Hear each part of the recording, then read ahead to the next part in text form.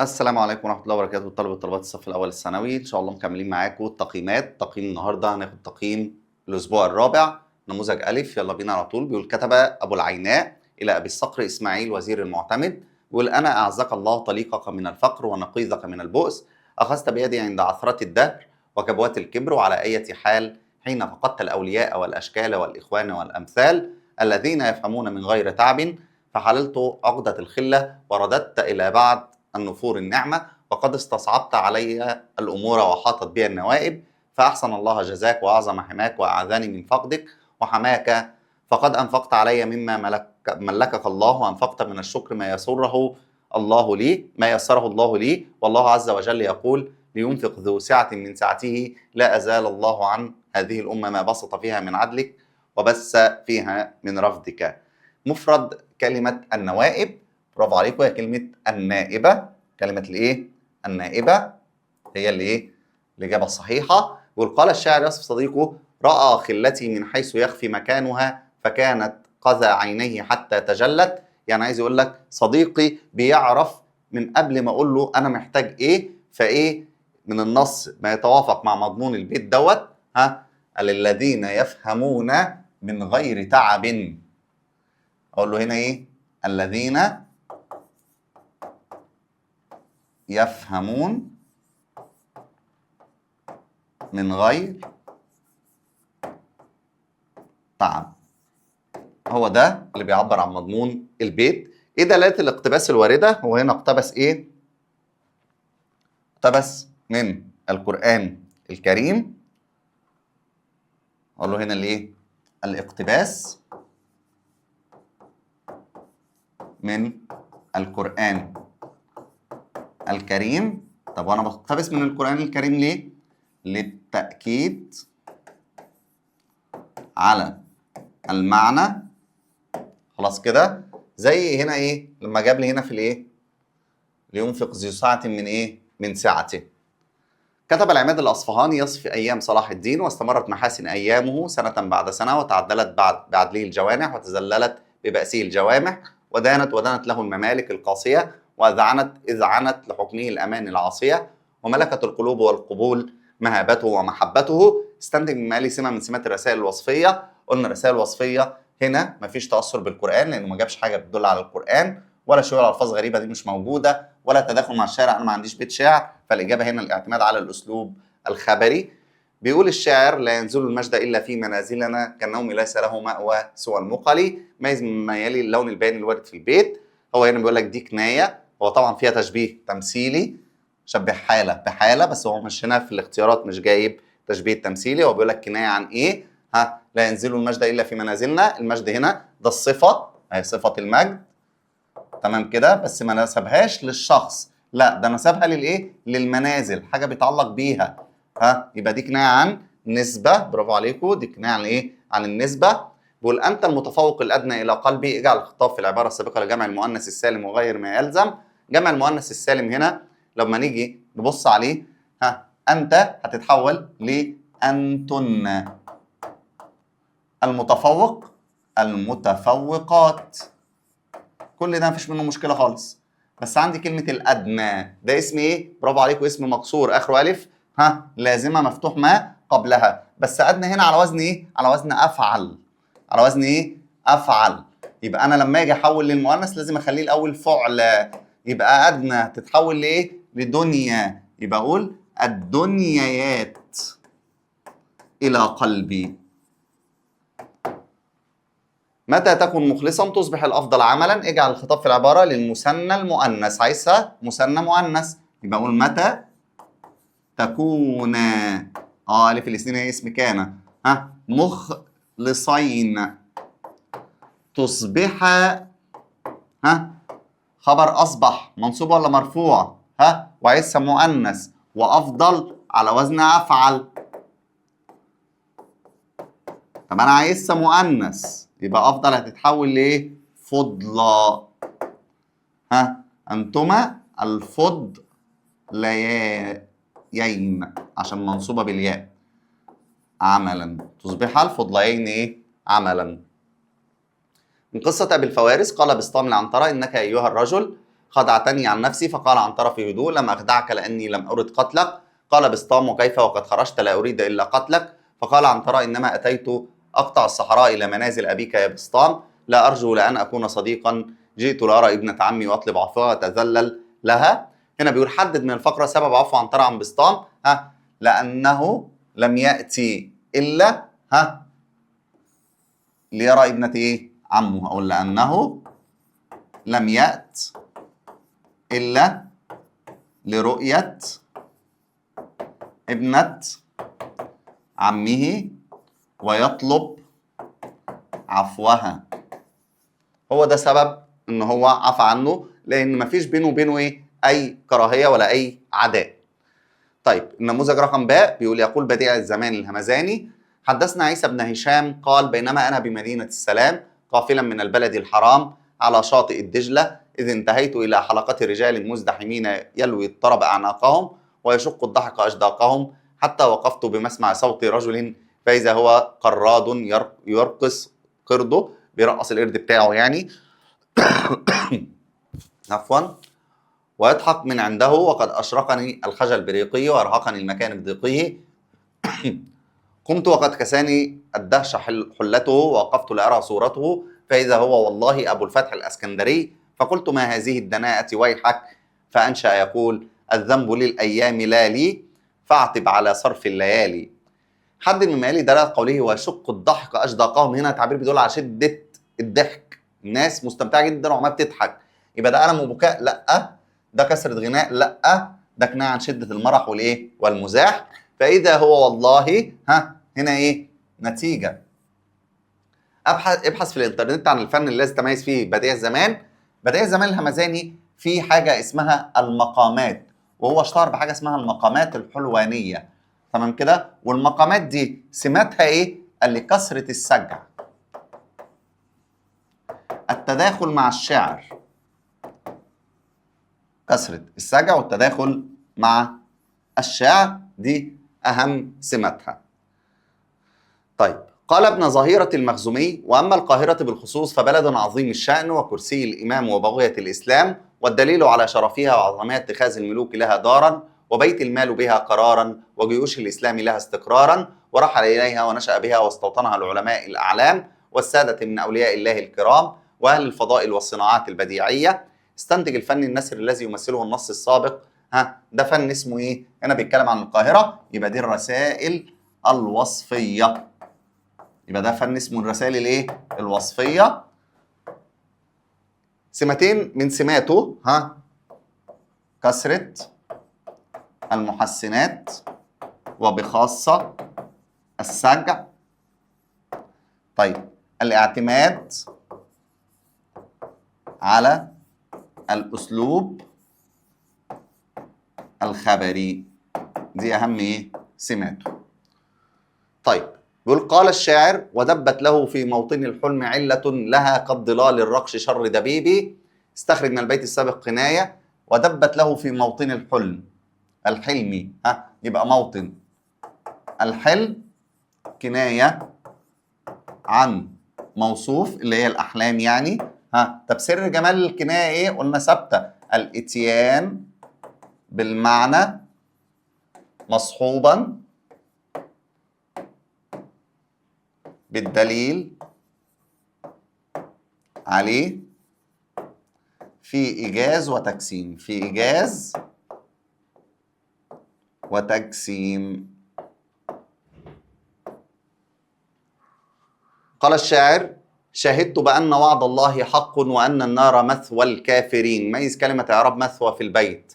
مثوى إيه؟ عايز يعرفها. بدأ بينا بإيه؟ بأن بتعمل إيه؟ تنصب اسمها وترفع خبرها، يبقى ده خبر أن مرفوع. مثوى اسم مكسور، والأسماء المكسورة بتعرب بحركات مقدرة. تعرب بإيه؟ بحركات مقدرة.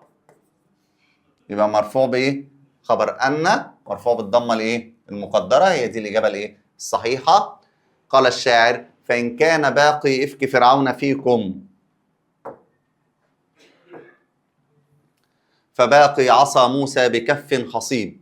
باقي مبتدأ، عصا مضاف، موسى مضاف برضو ومضاف إليه. يبقى الكلمتين هنا مجرورين والكلمتين منتهين بألف مكسورة، يبقى الاثنين هياخدوا كسرة ايه؟ مقدرة، يبقى هي دي الإجابة الايه؟ الصحيحة. قال بسطام لعنترة إنك أيها الرجل خدعتني عن نفسي، فقال عنترة في هدوء لم أخدعك لأني لم أرد قتلك. قال بسطام كيف وقد خرجت لا أريد إلا قتلك. فقال عنترة إنما أتيت أقطع الصحراء إلى منازل أبيك يا بسطام أرجو إلا أكون صديقا، جئت لأرى ابنة عمي وأطلب عفوها وأتذلل منها.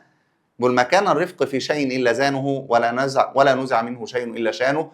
في ضوء تصرف عنترة اسرد بأسلوبك 3 أسطر تقول له حلم عنترة وعدم إرادته لقتل بسطام مرة تلو الأخرى إلا لأنه لم يرد قتله ولكن احتال عليه حتى استطاع أن يقيده ويسلمه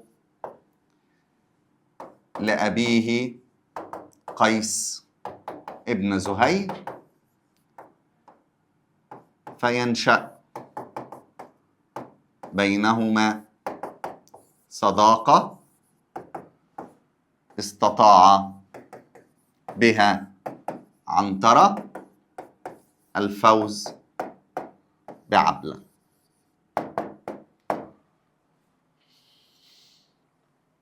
نموذج ج بيقول قال عبد الله بن المقفع في نص يتحدث فيه عن اختيار الصديق، بيقول وإذا نظرت في حال من ترتئيه لإخائك فإن كان من إخوان الدنيا فليكن حرا ليس بجاهل ولا كذاب ولا شرير ولا مشنوع، فإن الجاهل أهل أن يهرب منه أبواه، وإن الكذاب لا يكون أخا صادقا لأن الكذب الذي يجري على لسانه إنما هو من فضول كذب قلبه، وإنما سمي الصديق من الصدق وقد يتهم صدق القلب وإن صدق اللسان، فكيف إذا ظهر الكذب على اللسان، وإن الشرير يكسبك العدو ولا حاجة لك في صداقة تجلب العداوة، وإن المشنوع شانع صاحبه. ترتئيه، فين كلمة ترتئيه؟ هنرجع لها كده.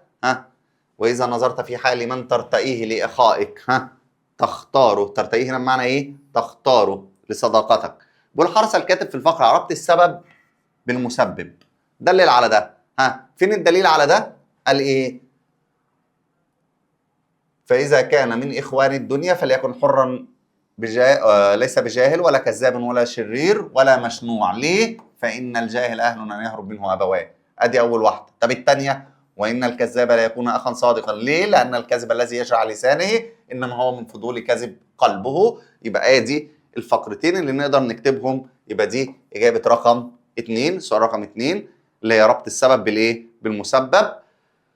بيقول استنتج من الفقرة السابقة سمتين من سمات النثر في العصر العباسي. أول حاجة كده سمات النثر هي إيه؟ سهولة الألفاظ، كثرة المحسنات البديعية. كثرة المحسنات موجودة فين؟ أدي صاد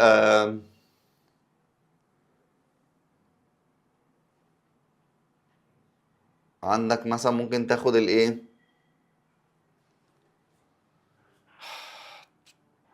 ادي قصر الجمل،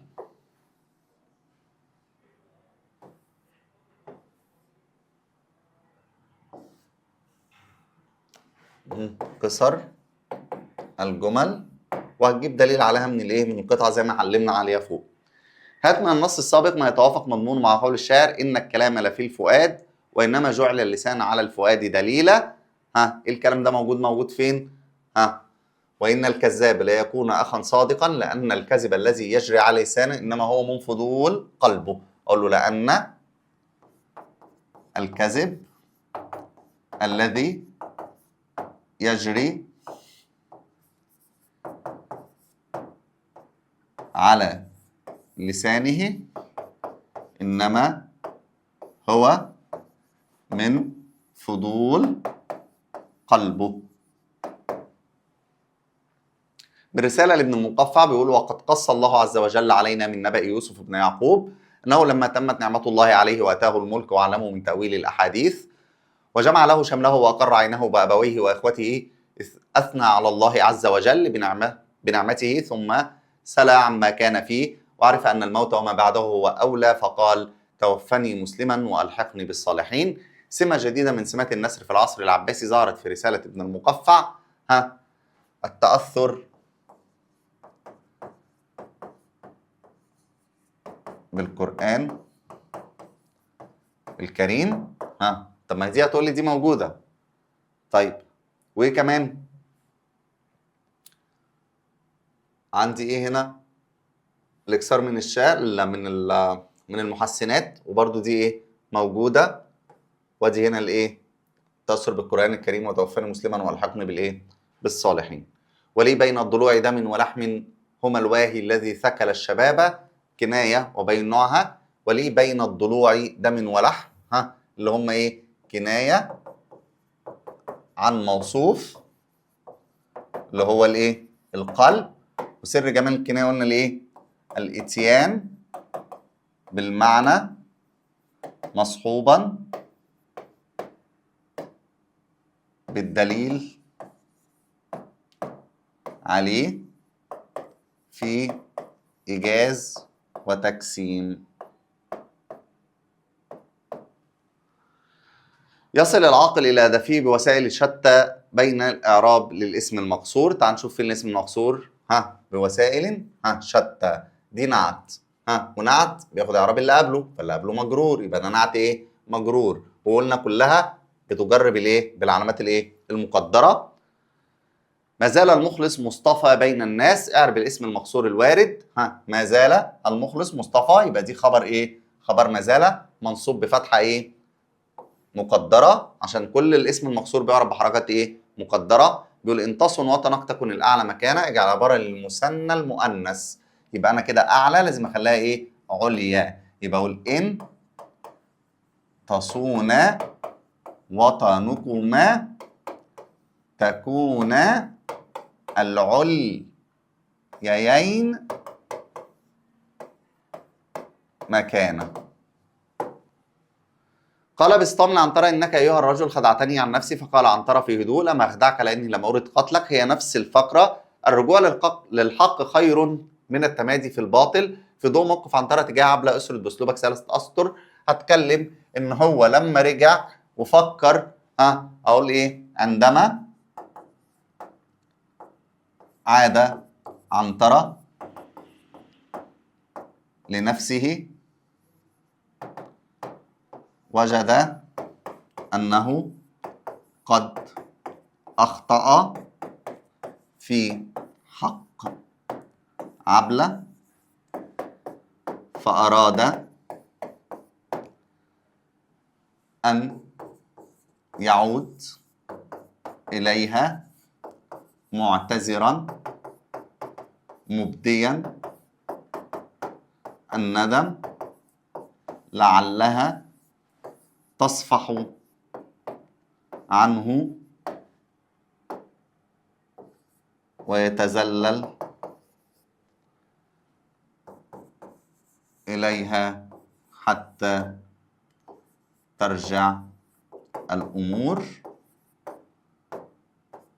إلى مجاريها. وبكده يكون انتهى التقييم الرابع، ونشوفكم إن شاء الله في التقييم الخامس. والسلام عليكم ورحمة الله وبركاته.